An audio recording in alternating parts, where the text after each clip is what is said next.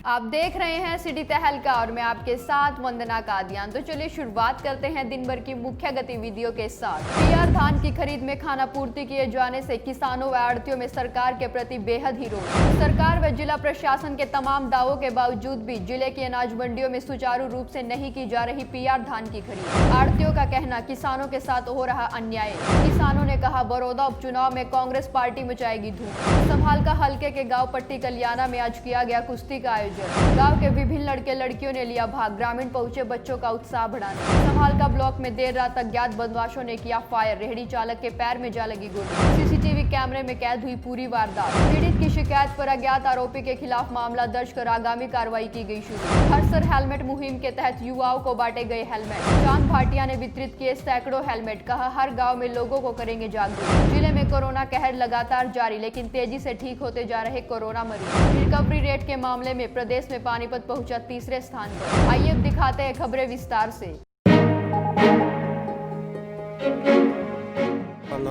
ये नुका मॉइस्चर है, इसमें मॉइस्चर बिल्कुल सूखी जीरी पड़ी।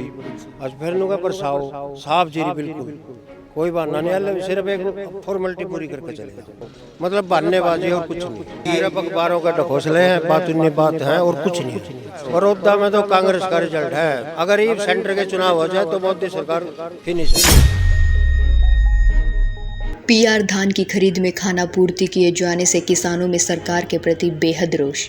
सरकार व जिला प्रशासन के तमाम दावों के बावजूद भी जिले की अनाज मंडियों में पीआर धान की खरीद सुचारू रूप से नहीं की जा रही। सरकार व सेलर्स में कुछ बिंदुओं पर सहमति न हो पाने से पेच फंसा हुआ है, जिससे मंडियों में या तो खरीदार नहीं आ रहे और अगर आते हैं तो पीआर धान में नमी बताकर धान की खरीद करने से अपने हाथ पीछे खींच लेते हैं, जिससे किसानों व आड़तियों में बेहद ही रोष बना हुआ है। आड़तियों ने बताया कि अधिकारी खरीद के लिए मंडी में तो पहुंचते हैं, लेकिन उनका रवैया बिल्कुल भी सही नहीं होता। वह अच्छी फसल की ढेरियों को भी छोड़ते जाते हैं। उनका मॉइस्चर चेक करके कहते हैं कि उसमें नमी है, और जो ढेरिया मॉइस्चर मीटर में भी फिट है उसमें बोलते हैं कि इस पर पंखा नहीं लगा हुआ, जबकि सारी ढेरिया एकदम अच्छी होती हैं। लगता है जैसे जबरदस्ती सोचकर आते हैं कि चलो कुछ तो खरीद ही लेंगे। आज एफसीआई वाले हमारी मंडी में पहुंचे हैं। पहले भी एक दिन ये परचेज करके गए हैं, लेकिन आज इनका जो रवैया है, बढ़िया डेयरी को भी ये छोड़ते जा रहे हैं। जो डेयरी गिल्ली है उसका तो मॉइस्चर मीटर चेक करके कहते हैं हमारे तो गिल्ली है, और जो मॉइस्चर मीटर में भी फिट है उसको कह देते हैं इसमें पंखा नहीं लगा हुआ है। और जबकि साफ़ सुथरी डेयरियाँ पड़ी हुई हैं, ये अधिकारी अपना बस ज़बरदस्ती जैसे किसी पे दबाव बना के ले आते हैं ना कि चलो तुम थोड़ी बहुत परचेज करके वापस आ जाना, वो रवैया हमारे साथ कर रहे हैं। इन्होंने आनाकानी की, हमने थोड़ा सा विरोध किया उस चीज़ का। मैं क्या भाई फिर तुम लेने क्या आए हो जब तुम ये पंखा लगी मना कर रहे हो। और जो सेकंड डेयरी थी मेरी अगले वाली, वो बिंजल से है, रविंद्र सरपंच की, वो डेयरी भी चलने लायक थी, लेकिन उसको ये कह दिया कि इसमें तो ना अभी पंखा नहीं लगा हुआ। मैं क्या भाई मॉइस्चर चेक कर ले हमारा, तू उसमें 13 मॉइस्चर आया, कहते नहीं अब इसको पहले साफ कराइए आप। आड़तियों का कहना है कि किसानों के साथ इतना अन्याय हो रहा है, शायद ही कोई किसान जिंदगी में दोबारा पीआर धान उगाने की सोचेगा। सरकार कहती है कि किसानों को कोई परेशानी नहीं आने देंगे। इस बारे में किसानों का क्या कहना था वह भी जरा आप सुनिए किसानों की जुबानी। तो क्या अब तक बिकी नहीं? ना कोई नहीं। ये नुका मॉइस्चर है, इसमें मॉइस्चर बिल्कुल सूखी जीरी पड़ी। आज फिर नुका बरसाओ साफ जीरी बिल्कुल कोई बहाना नहीं है, सिर्फ एक फॉर्मेलिटी पूरी करके चले जाओ। 20 दिन में मॉइस्चर भी नहीं गया अभी तक। देखो मॉइस्चर है ही नहीं। मॉइस्चर वैसे बताते हैं मॉइस्चर है, इसमें 14%। सरकार ने कह रखा है 17%, इसमें 14% से भी कम है।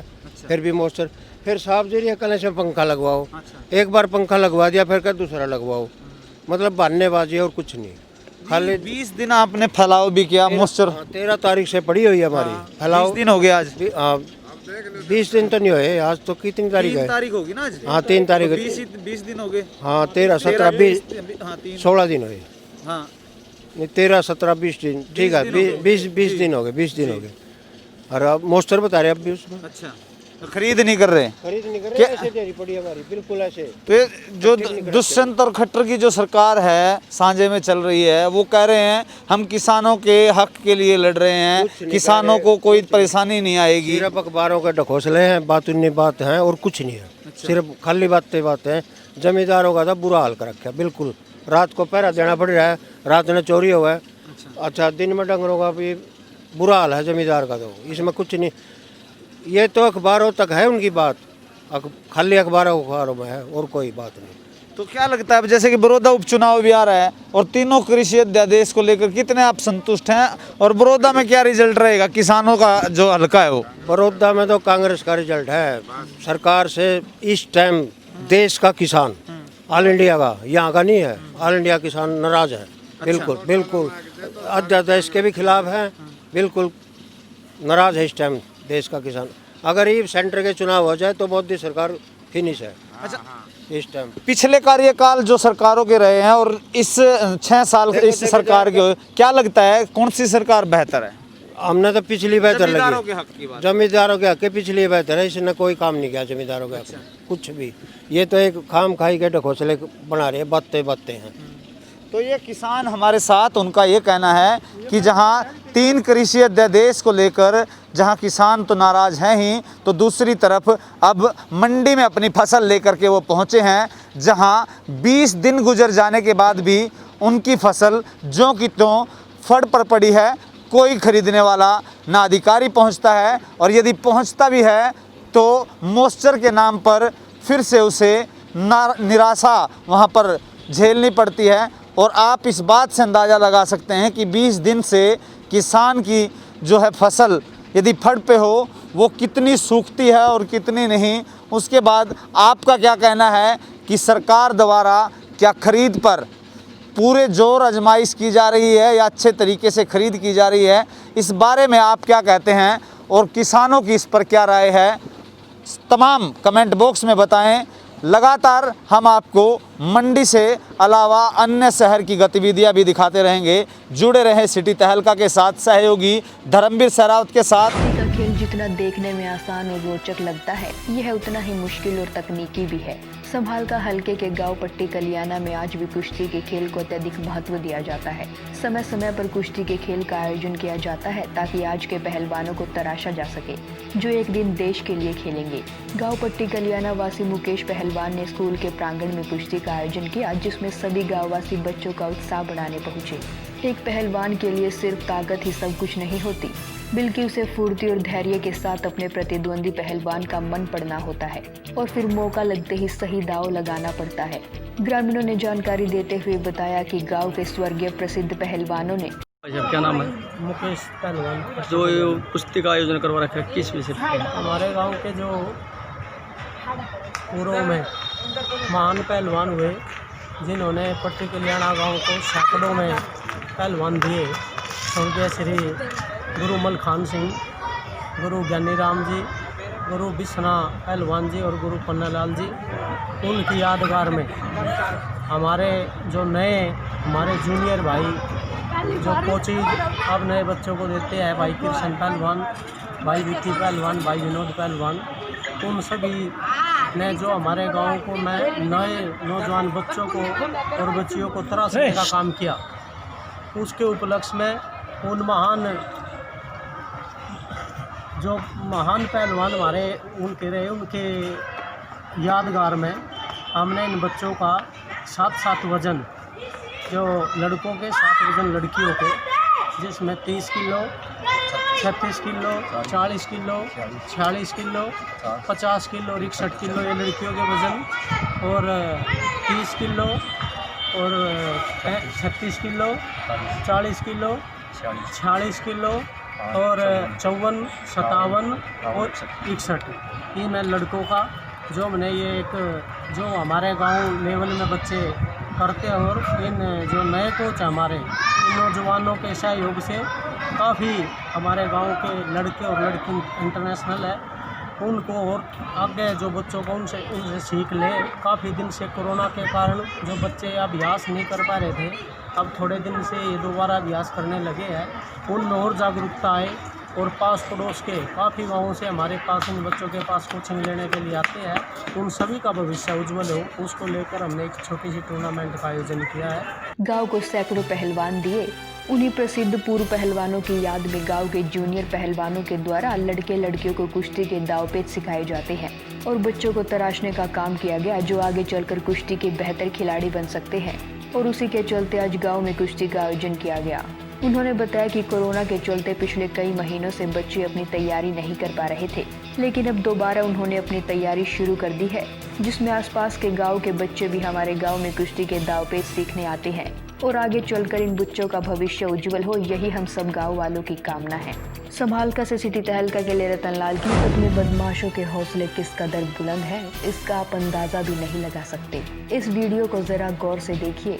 रेहड़ी के पास खड़े एक युवक के पैर में किस तरह से गोली लगती है, जो कि आप साफ तौर पर देख सकते हैं। दरअसल ताज़ा मामला संभालका ब्लॉक से सामने आया है, जहां देर रात करीब 10:50 पर पुल के सामने शराब ठेके के पास अज्ञात बदमाशों ने गोली चलाई। गोली जमीन पर लगकर थोड़ी दूरी पर खड़े फास्ट फूड के रेहड़ी चालक के पैर में जा लगी। गोली की आवाज सुनकर आसपास के लोग इकट्ठा हो गए, जिसके बाद आसपास के लोग घायल रेहड़ी चालक को अस्पताल में लेकर पहुंचे। घाव गहरे होने के कारण रेहड़ी चालक को पानीपत के सामान्य अस्पताल से रोहतक PGI रेफर कर दिया गया। गोली चलने का मामला प्रकाश में आ सर। हाँ, ये रात को एक रुका प्राप्त हुआ था। मोहित नाम के लड़के इंजर्ड होकर दाखिल हॉस्पिटल है। जिस इतला पर जो है ना मौका पर पुलिस गई थी, तो उसको फिर नक्शा में किया था और रेफ़र कर दिया गया था PGI का। आज उसने अपनी लिखित कंप्लेंट दी, उस पर हमने FIR दर्ज कर दी, तो केस जारी। मोहित कहाँ का था सर? ये बड़ी गांव का था, सोनीपत के पास बड़ी गाँव। यहाँ क्या करता था? इसने यहाँ फास्ट फूड की रेडी लगाई थी 3-4 दिन पहले अपने साथियों के साथ, और रात करीब 10:50-55 पर जो हमारी अपने रेडी पर खड़ा था, वहाँ पर किसी अज्ञात व्यक्ति ने इसको फायर आर्म से चोट आई है उसके पैर में, और भी आरोपी का कोई सुराग नहीं चला। तो कितनी गोली चली है, कौन लोग थे? एक ही गोली चली है और एक ही व्यक्ति इंजर्ड है। मामले की जानकारी देते हुए जांच अधिकारी ने बताया कि रेहड़ी चालक सोनीपत के बली गांव का रहने वाला है। वह 3-4 दिन पहले ही अपने दोस्तों के साथ यहां आया और फास्ट फूड की रेहड़ी लगाने लगा। पीड़ित की शिकायत पर अज्ञात आरोपी के खिलाफ मामला दर्ज कर लिया गया है। CCTV फुटेज खंगाले जा रहे हैं और आगामी कार्रवाई शुरू कर दी गई है। संभालका से सिटी तहलका के लिए रतनलाल की रिपोर्ट। नमस्कार, आप देख रहे हैं सिटी तहलका। मैं हूं जितेंद्र अहलावत, और आज यहाँ का जो कार्यक्रम है हर सर हेलमेट, जो युवाओं का आजकल आप देखते हैं कि तीव्र गति से जो रोड पर युवा अपनी बाइक को लेकर दौड़ते हैं, दूसरी तरफ एक्सीडेंट की भी जो दुर्घटनाएं सामने अक्सर आती हैं, उसको लेकर एक पहल की गई है करनाल लोकसभा क्षेत्र में। हमारे साथ चांद भाटिया हैं, जो है सांसद के पुत्र। उनसे जानने का प्रयास करेंगे कि कब इसको शुरुआत की गई और इस कितने लोग इससे जुड़ चुके हैं और इस मुहिम को कहाँ तक वो ले जाना चाहते हैं। चांद जी, हर सर हेलमेट, ये कहाँ से सोचा, किस तरह से आप देखते हैं? ये एक दिन बैठे बैठे एक आइडिया आया कि बच्चों के फ़ोन आते थे कि भाई साहब हमारा चालान कट रहा है। हम पूछते थे कि आपने हेलमेट पहना, आपके कागज़ पूरे? वो कहते नहीं। तो हमें ये सोच आई कि क्यों ना बच्चों को प्रोत्साहन देने के लिए उनको एक निःशुल्क हेलमेट दिया जाए, ताकि वो अपनी सेफ्टी भी रख सके और कागज़ भी पूरे लगे, लर्निंग लाइसेंस भी अप्लाई करें, वो जान से भी बच सके और चालान से भी बच सके। तो ये सोच, छोटी सी सोच लेके हम आगे बढ़ रहे हैं। कब से शुरुआत की थी हर सर हेलमेट को लेकर के? आपने कब शुरुआत की, कहाँ से इसकी जो है लॉन्चिंग की गई थी? ये हमारी छोटी सी सोच को बहुत बड़ी इनकरेजमेंट मिली। माननीय मुख्यमंत्री जो हैं मनोहर लाल जी ने, उन्होंने 11 जुलाई को इसकी लॉन्चिंग करी करनाल से। वहाँ पे कम से कम 150 बच्चे आए थे, तो उनको हेलमेट दिया था। तो वहाँ से लॉन्चिंग हुई और अभी तक हम हर विधानसभा में जाके, गांव-गांव जाके, बच्चों के घर जाके भी उनको हेलमेट दे रहे हैं, ताकि एक सोशल अवेयरनेस चले, सोशल मैसेज जाए कि आपके सर पे हेलमेट कितना ज़रूरी है और आपके कागज़ कितने ज़रूरी हैं। तो अब कितने हेलमेट आप बांट चुके हैं और किस किस विधानसभा में आप पहुँचे हैं? कोई ऐसी विधानसभा भी है जो आपके करनाल लोकसभा में अभी लोग वंचित हैं, वहाँ तक आप नहीं पहुँचे? हमारा टारगेट करनाल लोकसभा में 9000 हेलमेट बांटने का है। अभी तक हमने हर विधानसभा को टच कर लिया। आज पानीपत शहरी का प्रोग्राम था। समालखा ऐसी विधानसभा है जहां हम अभी तक जा रहे हैं, तो गांव-गांव तक जाने की कोशिश कर रहे हैं, ताकि समाज में मैसेज जाए, हर जगह पहुंचने की कोशिश कर रहे हैं। तो बीच में अब जैसे कि लॉकडाउन 5 चल रहा है, कोविड का भी काफ़ी जो है असर देखने को मिल रहा है, इंक्रीज जो है केस लगातार आ रहे हैं, सामने आ रहे हैं।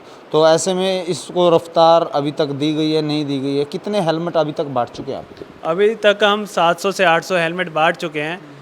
क्योंकि कोविड का समय है, तो इसलिए हम गांव-गांव जाके, बच्चों के घर जाके, ताकि कोविड से भी बच सके और पूरी प्रिकॉशंस लेके, मास्क पहन के, सैनिटाइज करके, खुद को सोशल डिस्टेंसिंग अपना के, हम बच्चों के घर घर जाके 800 तक हेलमेट बांट चुके हैं और 9000 का हमारा लक्ष्य है कि हर बच्चे तक पहुँचे और ये समाज की आपसे भी रिक्वेस्ट है कि आप हमारे साथ जुड़ें और हमें सहयोग करें ताकि ये मुहिम को पूरे देश में चला सके। जो हर सर हेलमेट है उसको हर घर हेलमेट पहुंचाने का हमारा लक्ष्य है। तो अब ये जो प्रोग्राम शुरुआत की गई थी वो चांद भाटिया द्वारा की गई थी या उनके पिता जो सांसद हैं करनाल लोकसभा क्षेत्र से उन द्वारा की गई थी, या फिर आप उस मुहिम को आगे बढ़ाना चाहते हैं? ये तो योजना सांसद जी की है जिसमें बहुत बड़ा सहयोग हमें स्टड कंपनी ने भी दिया है हेलमेट प्रोवाइड करके। मेरा तो सौभाग्य है कि मैं लोगों से मिल पा रहा हूँ, जुड़ पा रहा हूँ, नए नए दोस्त बना पा रहा हूँ। और मैं सिर्फ चेहरा हूँ, बाकी टीम जो हमारी है, दिलीप शर्मा जी है, पंकज शर्मा जी है, विजय शर्मा जी हैं, सारी टीम मिलके काम कर रही है। मैं तो एक चेहरा हूँ जो आगे आपके सामने हो, बाकी मेरा इसमें एक बहुत छोटा सा योगदान है। बाकी हमारी टीम का जो काम है वो संभाल रहे सारा प्रोजेक्ट। तो पंकज जी भी हमारे साथ हैं, वो भी काफ़ी जो है सोशल मीडिया पर भी एक्टिव रहते हैं, देखते हैं इस मुहिम से काफ़ी जुड़े हुए हैं। क्या लगता है कि इससे कहीं ना कहीं जो एक्सीडेंट की दर बढ़ती जा रही है इसमें गिरावट देखने को मिलेगी, और युवाओं को क्या संदेश देना चाहते हैं? इस मुहिम के माध्यम से मैं आपको बताना चाहता हूँ कि युवा शक्ति जो होती है उनमें जोश बहुत ज़्यादा होता है। वो लोग जो बच्चे होते हैं बाइक बहुत तेज़ चलाते हैं, जीटी रोड पे चलाते हैं, अंदर रोड में चलाते हैं। कई बार क्या होता है, हमने कई बार आप लोगों ने देखा है कि सिर पर चोट लगने से, हेड इंजरी से बच्चों की मृत्यु हो जाती है और दुर्घटना ऐसी घट जाती है, उस परिवार पे क्या बीतती है। इस चीज़ को रिस्पॉन्सिबिलिटी देखते हुए हमारे सांसद संजय भाटिया जी ने इस विषय को गंभीरता से लिया और इस स्कीम को चलाया कि कम से कम एक अच्छी कंपनी का अगर हेलमेट सिर पर होगा तो युवा जो बच्चे हमारे हैं सिर पर चोट लगने से बच जाएंगे और उनकी जान माल का भी नुकसान नहीं होगा। तो क्या लगता है, मैं देख रहा था सोशल मीडिया पर, ये अक्सर आप कहीं रेस्ट हाउस में, कार्यालय में, इस तरह से ग्रामीण क्षेत्र में जहाँ लोग, क्योंकि पोस्ट इलाका में इस जगह तो लोग गाड़ी का भी प्रयोग करते हैं, ग्रामीण क्षेत्र में किस तरह से टच करेंगे, इसको लेकर के क्या आपने वो दिया है? हमारी शुरुआत जो थी, हमने सबसे पहले असंध के हलके के जितने भी गांव थे हमने वहीं से शुरुआत इसी की थी। हमने घर घर जाकर ग्रामीण क्षेत्रों में हमारी टीम हमारे साथ चली, हमने घर घर जाकर व्यक्ति को हमने ये हेलमेट दिया जिन्होंने अप्लाई कर रखा था 18 वर्ष के युवा साथियों को। हमारी पहल, हमारी जो स्कीम जो है, जो मुहिम हमने चला रखी है, ये हमने जन जन तक पहुँचानी है। वो गांव हो या शहर हो, कोई इस स्कीम से वंचित ना रहे, ऐसा हमारा प्रयास।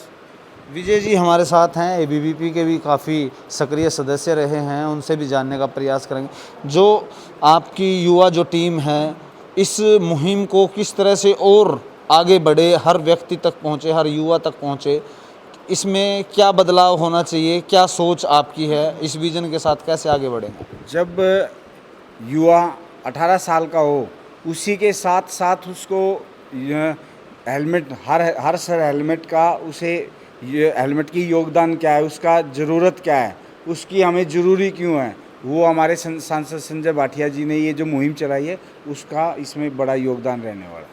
तो ये तमाम जो है सदस्य यहाँ पर उन्होंने हेलमेट जो है युवाओं को वितरित किया है, और चांद जी से पूछेंगे कुछ युवाओं को मैसेज देना चाहते हैं, उनसे जानने का प्रयास करें।